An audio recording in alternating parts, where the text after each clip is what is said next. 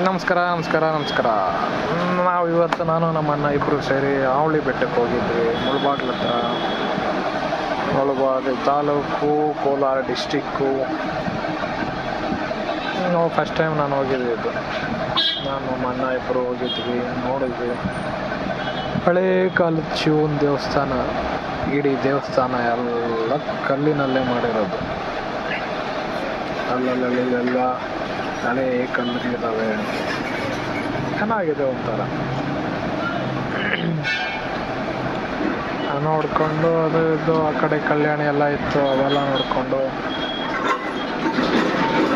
ದೇವಸ್ಥಾನದ ಒಳಗಡೆ ಹೋಗಿ ಬಂದು, ಒಳಗಡೆ ಪರ್ಮಿಷನ್ ಇಲ್ಲ, ಆದ್ದರಿಂದ ಒಳಗಡೆ ವಿಡಿಯೋ ತೆಗೋಕ್ಕಾಗಲ್ಲ.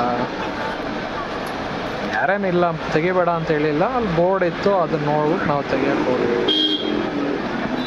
ಆ ಜಾಗಕ್ಕಿರೋ ಮರ್ಯಾದೆ ನಾವು ಕೊಡಬೇಕಲ್ಲ. ಇದು ಹೊರಗಡೆ ಬಿಡೈತಿ.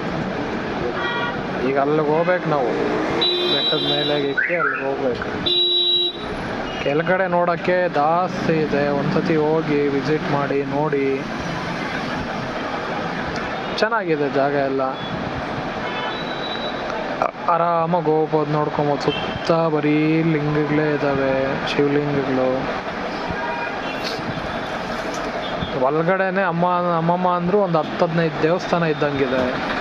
ನಮಗೆ ಕನ್ಫ್ಯೂಷನ್ ಆಯಿತು, ಎಲ್ಲಿಗೆ ಹೋಗೋದು ಫಸ್ಟು, ಎಲ್ಲಿಗೆ ಹೋಗೋದು ಅಂತ. ಅದೇ ಸುಮ್ಮನೆ ರೌಂಡ್ ಹಾಕಿದ್ವಿ ಎಲ್ಲ. ಮತ್ತೆ ಬೆಟ್ಟಕ್ಕೆ ಹೋಗಕ್ಕೆ ಸ್ಟಾರ್ಟ್ ಮಾಡಿದ್ವಿ. ಬಿಸಿಲಲ್ಲಿ ಮಾತ್ರ ಹೋಗ್ಬೇಡಿ, ಕಾಲುಗಳು ಸುಟ್ಟೋಗುತ್ತೆ ಬಿಸಿಲಿಗೆ.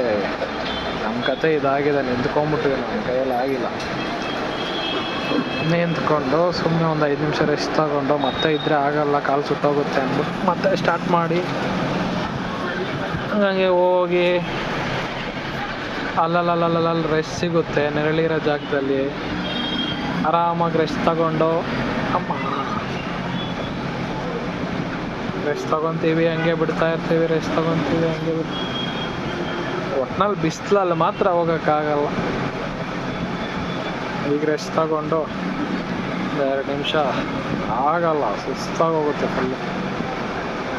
ಆಮೇಲೆ ಬಿಡೋಣ ಹೋದ್ವಿ. ಇದು ಸೀತಾಮಾತೆ ವನವಾಸ ಟೈಮಲ್ಲಿ ಇದ್ದಿದ್ದು ಜಾಗ. ಹಂಗೆ ನೋಡಿ